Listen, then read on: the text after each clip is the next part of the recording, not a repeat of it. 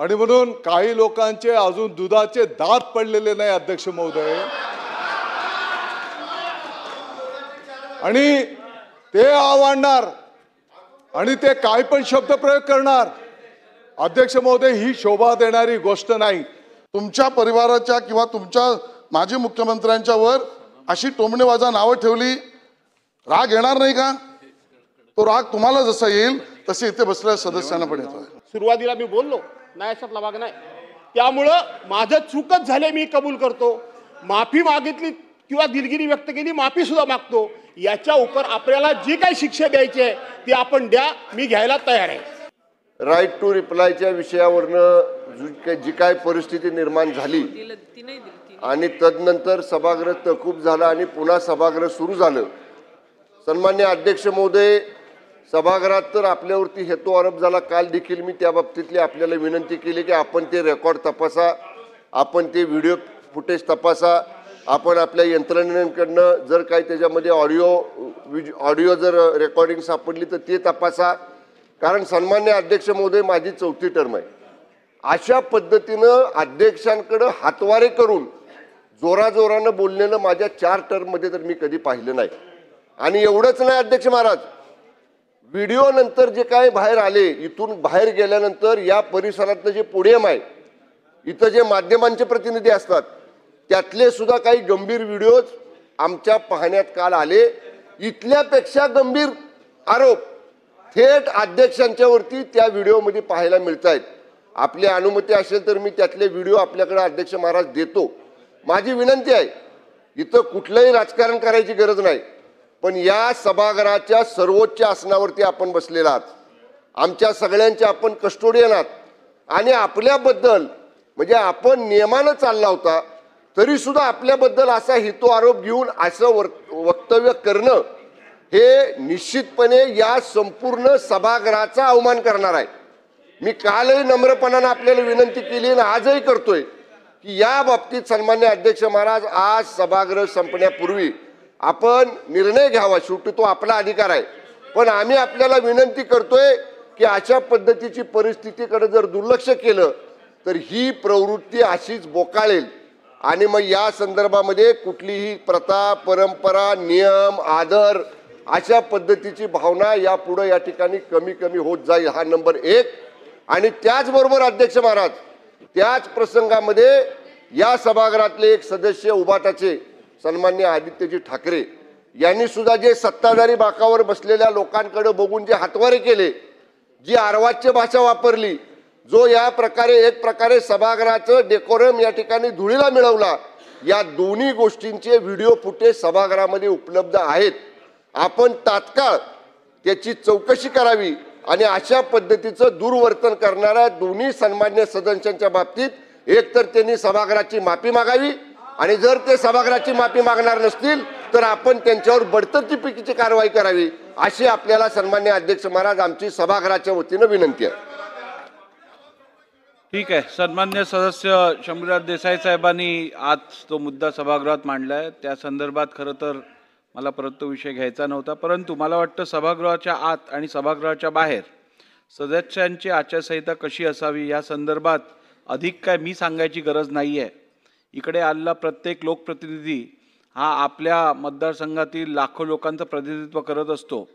त्यामुळे केवळ सभागृहाबद्दल त्यांची जबाबदारी नव्हे तर आपापल्या मतदारसंघातील जनतेसंदर्भातली पण त्यांची जबाबदारी त्यांनी ध्यानात ठेवून यापुढे आपली वर्तणूक ठेवावी. मला वाटतं मी ज्या शब्दात जे सांगितलं आहे ते या सभागृहातील सर्व सदस्यांसाठी पुरेसा आहे. परंतु माझी प्रामाणिक विनंती आहे की बघा, या सभागृहात आपण सर्वजण एकाच हेतूने काम करत असतो की या राज्यातील जनतेला न्याय प्राप्त व्हावा, या राज्यातील जनतेला त्यांच्या आशा, अपेक्षा, आकांक्षा पूर्ण व्हाव्यात या दृष्टीने आपण काम करत असतो. परंतु एक मिनिट परंतु या सभागृहात चर्चा न करता, सभागृहात चर्चेच्या वेळेला उपस्थित न राहता केवळ बाहेर जाऊन कॅमेऱ्यांसमोर बोलणं हे काय मला योग्य वाटत नाही. आपल्याला आपलं मत प्रदर्शित करायचं असेल आपण या सभागृहात करावं. माध्यमांसमोर जाऊन जर का या सभागृहाचा अवमान होणार असेल तर मला कठोर कारवाई करावी लागेल.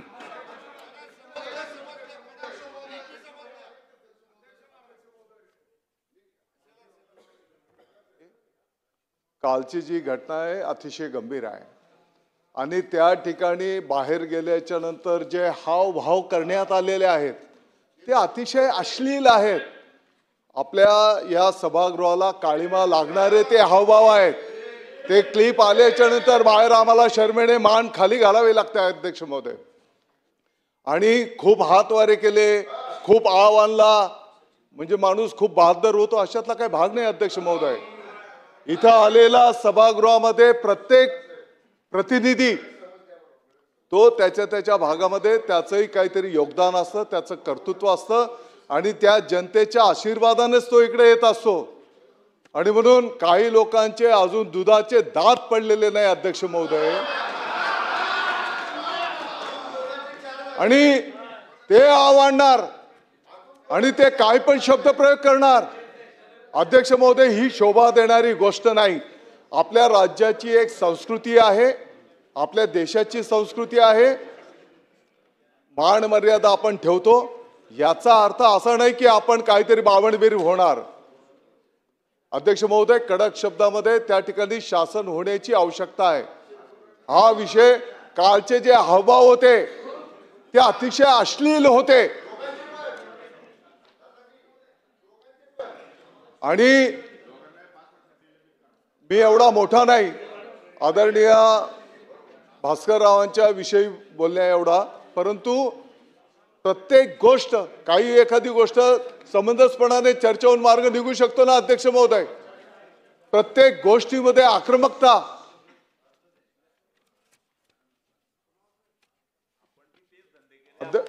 अध्यक्ष महोदय, इथं आलेला प्रत्येक जण त्या गोष्टीला सक्षम आहे आणि वारंवार, आणि बाहेर जाऊन आणखी काय बोलणार. मी फार शक्तिवान आहे असं काय नाही. इथं आलेला प्रत्येक जण सक्षम आहे. कोणत्याही गोष्टीची एक मर्यादा असते, सहनशीलतेची पण एक मर्यादा असते अध्यक्ष महोदय. आपल्याकडनं ज्ञानदानाची अपेक्षा आहे.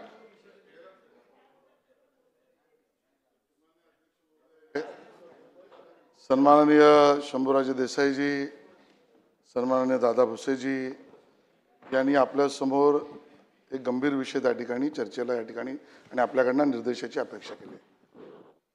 हे खरं आहे की काल प्रांगणामध्ये जे झालं ते आपल्याला सगळ्यांना लज्जास्पदच होतं.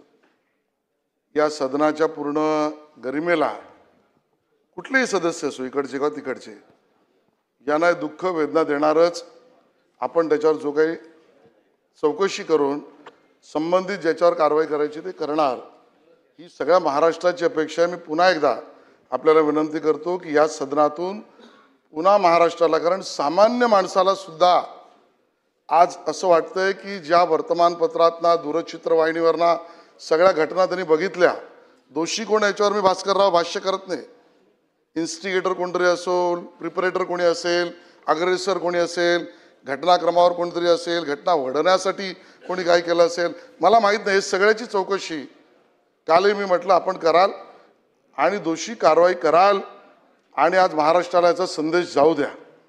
बरोबरीने या सदनामध्ये जो काही प्रकार घडला ज्याचा उल्लेख शंभूराजे देसाईंनी केला की एकतर हातवारे करणे, त्याच्यातला जो प्रकार आहे त्याचा अश्लील अर्थ निघू शकतो. भास्करराव, आपल्या मनात आहे की नाही हा तुम्ही स्पष्टीकरण द्याल.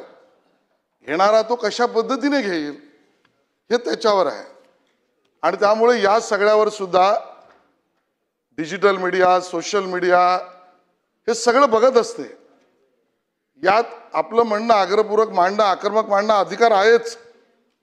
या अधिकारावर गदा येण्याचा प्रश्नच नाही.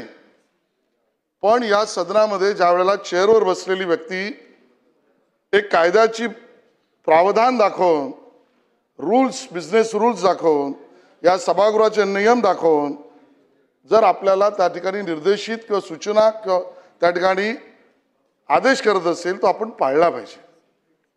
आता हे मी कोणाला सांगण्याची गरज नाही, मी ते पाळलं पाहिजे. आणि मग भास्करराव, मी नाव घेऊन बोलत नाही, फक्त मला सांगण्याचा मुद्दा आहे की आपल्याकडनं तर अपेक्षा, आपण नियमावर चालता, नियम दाखवता, नियमाप्रमाणे वागण्याचा आग्रह करता. तुम्ही आक्रमक जरूर आहात याचा आनंद आहे, पण तुम्ही आक्रस्ताळे होणं अपेक्षित नाही. तुम्ही आपला मुद्दा प्रभावीपणे मांडाय बरोबर आहे, पण तुम्ही तुमच्या मुद्द्यासाठी प्रभावी मांडताना, प्रकार मांडताना त्याच्याबद्दलची शब्दरचना ही अप्रापंचिक असणं आवश्यक नाही. आणि मग ठीक आहे, आपल्याला म्हणजे मला तर व्यक्तिगत तुमची चिंता वाटते. काल बघितलं, भले तुम्ही त्या मीडियासमोर म्हणालात की माझी तब्येत ठीक आहे, माझं ब्लड प्रेशर वाढलेलं नाही, मी ऐकलं, पूर्ण ऐकलं. त्यात तुमचा रोष, राग हा विषयावर मी समजू शकतो, पण चेअरवर बिलकुल मान्य नाही. हे चेअरवरचा राग, त्याच्यावरचा रोष, त्याच्यावरच्या निर्णयावरचं भाष्य, त्याच्यावर वापरलेले शब्द, आणि त्यात तुम्हीच म्हणालात किंवा मला काय कारवाई करायची ती करा. बरं, हे मांडायचा तुम्हाला अधिकार आहे की नाही? तो आहे, पण इथून जर कारवाई झाली तर हा योग्य संदेश आहे का? हा योग्य संदेश वाटणार आहे का? हा या पद्धतीचा पायंडा योग्य ठरेल का? माझी आपल्याकडनं अपेक्षा आहे की आपण या विषयावर पडदा टाकला पाहिजेत. आपण चेअरशी स्पष्टताही द्या, आणि जशी मागणी त्या ठिकाणी सन्माननीय सदस्यांनी केली की होय, तुमच्याकडनं तर आमची अपेक्षा आहेच भास्करराव, दिलदारपणे माझ्या शब्दाने महाराष्ट्रात काही चुकीचा संदेश गेला असेल, चेअरवर हेतू आरोप झाला असेल, तर ते मी मागे घेतो, किंवा ते दिलदारपणे त्याची माफी मागतो, किंवा पूर्णपणे त्याच्यावरची निष्कासित करावी असं भूमिका मांडतो. काय जे तुम्हाला शब्द असतील, आणि तुम्ही ते केलं पाहिजे, ती माझी अपेक्षा आहे. तुम्ही याच्यावर, या वादावर पडदा, माझी अपेक्षा तुम्ही टाकलं पाहिजे. हा वाद विवादाकडे नेणं ही अपेक्षा नाही. बरं अध्यक्ष महोदय, या निमित्ताने तिसरी गोष्ट सुद्धा महत्वाची आहे. खरं तर कुठल्याही बाजूच्या सदस्यांनी खाली बसून न बोललेलं बरं. तुम्ही ते वारंवार सांगता, होतं काय, त्याच्या इन्स्टिगेशन होत जातात, त्याच्या होतात प्रतिक्रिया, त्याच्यात कार्यकर्त्यात जातात, मला माहित नाही, पण त्याच्यातनं एक चुकीचा संदेश जातो. पण ज्याचा उल्लेख तुम्ही केलात, म्हणजे मला या ठिकाणी बोलायचं नव्हतं, पण या सदनामध्ये बहुतांशी माजी मुख्यमंत्रीपदी राहिलेल्या त्यांच्या परिवारातले पुत्र सुपुत्र यांचा व्यवहार काही लोकांचा खूप आदर्श आणि चांगला वाटावा असा आहे. पण काही लोकांना काय झाले कळत नाही. स्वतःचे वडील मुख्यमंत्री होते, त्यानंतर सुद्धा अरे सत्ता येते सत्ता जाते, बसून टोमणे मारायचे, नावं ठेवायची. मला नाव घ्यायचं नाही, पण सन्मान्य सदस्य देशमुख जे आहेत, विलासरावांनी खूप वर्ष काम केलंय, ते विरोधी पक्षात बसलेत. त्या ठिकाणी असलेले काय न्याय अन्याय त्यांच्यावरही झाला असेल. आम्ही कधीच टोमणे, हातवारे, खालून बसून वाईट बोलणं, हे त्या ठिकाणी सिनियर सदस्य आहेत, माजी मंत्री आहेत, आम्ही नाही बघितलं. या ठिकाणी चव्हाण ताई आहेत, अशोकरावांच्या सुपुत्री, नाही बघितलं. मी बहुतांश शब्द वापरलाय, मला माहिती आहे तुम्ही पुढे काय बोलाल. आणि म्हणून त्या ठिकाणी विशेषतः तुमच्याकडनं ज्यांचा उल्लेख यांनी केला, ज्यांचे दुधाचे दात पडले नाही असं ते म्हणाले, मी म्हणणार नाही, कारण मला माहिती आहे, म्हणणार नाही म्हणजे मला माहिती आहे. ही अपेक्षा नाही, सत्ता गेली. हो, आज तुम्ही रोज, खरं तर या विषयाचा इथं उल्लेख केला पाहिजे का, तर केला पाहिजे यासाठी, कारण यातनं वातावरण गरम होत जातं. अहो तुम्ही नावं ठेवता, कोणाला विंदे, कोणाला गद्दार, अध्यक्षामध्ये बोलू द्या, मग तुम्हाला नावं ठेवली चालेल? तुमच्या परिवाराच्या किंवा तुमच्या माजी मुख्यमंत्र्यांच्या वर अशी टोमणेवाजा नावं ठेवली, राग येणार नाही का? तो राग तुम्हाला जसा येईल तसे इथे बसलेल्या सदस्यांना पण येतोय. तो महाराष्ट्रातल्या काही जनतेला आवडत नाहीये. स्वतःवर आलं तर वरुणजी, मग तुम्हाला प्रचंड राग येतो, आमच्यावर तुम्ही खालच्या स्तरावर बोलता. आणि ज्या तुम्ही जे मुख्यमंत्रीपदी बसले, जे उपमुख्यमंत्री झाले, ज्याला जनतेने निवडून दिलं, त्यांच्यावर घालून पाडून शब्दाचा उल्लेख करता. आणि ही परंपरा सुरू झाली ना, तर प्रत्येकाला टोमण्यात ना पडेल. हे काय भुजबळ साहेब इथे आहेत, त्यांची सहनशक्ती या महाराष्ट्राने पाहिली आहे. कित्येक वर्ष त्यांच्या नावाचा उल्लेख, आता मला त्याच्यावर भाष्य करायचं नाही का, त्यांचा अधिकार आहे. त्यांनी ते सहन केलं, त्यांनी त्याची परिपक्वता दाखवली. आज एकनाथ शिंदेजी दाखवत आहेत. मी म्हणेन जनता त्यांच्या बरोबर आहे, जनतेचा आशीर्वाद आहे, महायुती मजबूत आहे. पण ह्या पद्धतीने सतत सातत्याने खाली बसून हातवारे, टोमणे, नावं, याचा स्फोट होऊ शकतो. अध्यक्ष महोदय, माझी अपेक्षा दोघांकडूनही आहे. इकडचंही कोणी बोलू नये, तिकडचंही कोणी बोलू नये. आणि भाषा आणि आपण, मी काय तुम्हाला सुचवावं, ही वेळच येता कामा नये सुचवण्याची. आणि म्हणून मी जास्त वेळ घेत नाही. भास्करराव, तुम्ही वरिष्ठ सदस्य आहात, तुमच्याकडनं आमच्या अपेक्षा खूप आहेत. व्यक्तिशः आहेच, हेतू आरोपा नाही. तुम्ही स्पष्टीकरण देऊन या विषयातला जो गंभीरपूर्वक अन्यथा विचार निघू शकतो, चेअरला वाटतोय, आम्हाला वाटतोय, याच्यातले शब्द मागे घ्या. या विषयावर पडदा माफीनामा टाका, अशी अपेक्षा मी करतो. धन्यवाद. सन्माननीय अध्यक्ष महोदय, मी सभागृहाला आणि आपल्या सर्वांना नम्रपणे एक विनंती करतो. जरूर मला माफी मागितली पाहिजे, मी सुरुवातीला कबूल करतो. पण त्यापूर्वी जसं मी आपलं सर्वांचं म्हणणं ऐकून घेतलं, तसं माझं देखील ऐकून घ्यावं आणि मला वेळ द्यावी आपण. अध्यक्ष महोदय, काल माननीय उपमुख्यमंत्री महोदयांचं भाषण होतं, आपण बघितलं असाल. मी मिनिट इथं बसलेलो होतो, मी उठलेलो नव्हतो. काही कंपल्शन्स जशी अशी जी तुम्हाला आहेत तशी आम्हाला देखील आहेत, नाही अशातला भाग नाहीये. मी यापूर्वी बसून टॉन्टिंग करायचो खालून. गेल्या 4-5 वर्षामध्ये एकदाही मी खालून टॉन्टिंग केलेलं नाही. मी थोडा सभागृहाच्या कामकाजाच्या नियमाबद्दल आणि प्रथेपरंपरेबद्दल आग्रही असतो. अध्यक्ष महोदय, आपण बघितलं असाल की गेल्या 2-3 अधिवेशनमध्ये पॉइंट ऑफ ऑर्डर मी सातत्यानं उपस्थित करायचो, मी केलेला नाही. ज्या वेळेला एखादा वक्ता बोलत असेल त्यावेळेला समोरून कोण गेला तर क्रॉस म्हणून मी लगेच ओरडायचो. मी ओरडत नाही अध्यक्ष महोदय. परंतु आपण जर बघितलं असाल तर सभागृहामध्ये मी एक शब्द जरी बरं झालं दादा तुम्ही आलात ते, सभागृहामध्ये मी एक शब्द बोलायला जरी गेलो तरी ठरवून होतंय की काय होतंय मला माहीत नाही, ज्याचा उल्लेख माझे मित्र आशिषजींनी केला.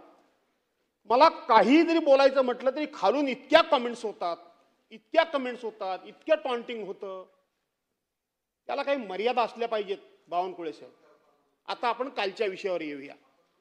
मी एक कबूल करतो की माझ्या संपूर्ण इतक्या वर्षाच्या टर्ममध्ये एकदाही माझ्याकडून असंसदीय शब्द गेलेला नाही. साहेब, सभागृहामध्ये मला कधीही माफी मागावी लागलेली नाही. पण तरी सुद्धा इथले मी माफी मागावी की न मागावी हे तुम्ही सांगा.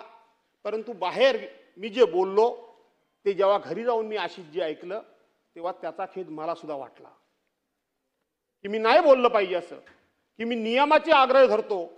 मी या ठिकाणी सभागृह कायद्याने नियमानं चालावा असा जेव्हा सातत्यानं आग्रह धरतो आणि भांडणच करतो मी, तर माझ्याकडून देखील अशा पद्धतीचा प्रभात घडता कामा नये हे मी स्वतःहून मान्य केलेलं आहे. परंतु मी एवढंच सांगतो की जरी आपण 32(3) काल उल्लेख केला, विधानसभा अधिनियमाचा 32(3) उल्लेख केला अध्यक्ष महोदय, मला आपण राईट ऑफ रिप्लाय नसता दिला तरी हरकत नाही. आशिषजी, तुम्हाला मान्य करावं लागेल. अशा प्रस्तावावर 293च्या प्रस्तावावर 4-2 प्रश्न सभागृहाला विचारला द्यायची पद्धत आहे. मी 2च प्रश्न विचारणार होतो. मी त्यांच्यात, मला बोलू द्या, आपण आपला अभ्यास वगैरे सगळं मला माहिती आहे. हे असं बरोबर नाही. आता हे तुम्ही करता ते बरोबर करता का? म्हणजे आम्ही सहन करायचं. आणि म्हणून मला माझा प्रश्न 2-3 प्रश्न मला विचारला द्यावे हा माझा आग्रह होता. आपण नंतर काय बोललात तेही मी बघितलं. आपण हातामध्ये कागद घेतलात. आता ह्या प्रस्तावावर सभागृहानं विचार हा शब्दापर्यंत आलो मी लगेच उठलो. मला माहित आहे मी कधी उठलो तो, मला चांगलं माहिती आहे. मी हातवारे करून बोलतो, मी जाणीवपूर्वक हातवारे. मी तुम्हाला काल मला सस्पेंड करा हे मी बोललोच. मी आहे ते अध्यक्ष महोदय सांगतोच. आत्ता सुद्धा माझे हात हलतायत. आत्ता सुद्धा रामभाऊ कदमांना आपण दिलत नाही, पुढचा प्रश्न पुकारला तर रामभाऊनी असे हात केले, रामभाऊनी केले. पण ते रामभाऊ, मग ठीक आहे, आपले ते आविर्भाव, आमचा तो गुन्हा, हे आम्ही मान्य करतो. आणि म्हणून अध्यक्ष महोदय अध्यक्ष महोदय, आज आमची काही मंडळी राज्यपाल महोदयांना भेटायला गेले. मला माहित आहे की या सभागृहामध्ये आज हा विषय निघणार, आपण फेस केलं पाहिजे, आपण पाठ फिरवता कामा नये. आपल्याला मी या ठिकाणी अशी जी मित्र म्हणून तुम्ही मला सल्ला दिलात, मी सांगतो सभागृहाला की होय, माझ्याकडून बाहेर मीडिया समोर जे शब्द गेले ते जायला नको होते. अध्यक्ष महोदय, मी जाहीरपणे आपल्याला सांगतो की हे शब्द माझ्याकडून गेलेत. आपल्याला जी मला शिक्षा करायची ती जाहीर करा. या क्षणाला मी ती शिक्षा मान्य करायला तयार आहे. ठीक आहे,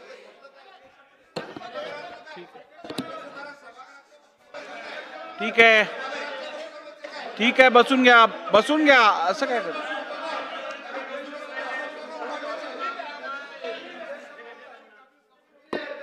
आणि अध्यक्ष महोदय, मी सुरुवातीला असं म्हणालो की मी जरूर माफी मागितली पाहिजे असं मी बोललो.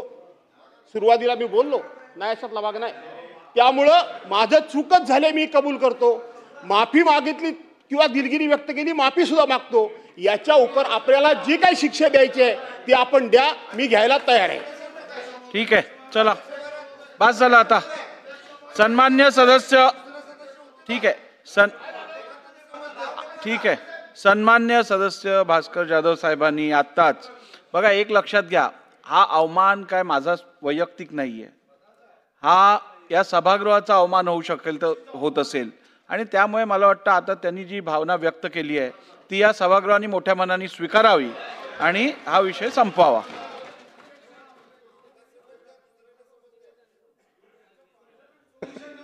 अध्यक्ष महोदय, निवेदन आहे. अध्यक्ष महोदय, राज्यातील खाजगी विनाअनुदानित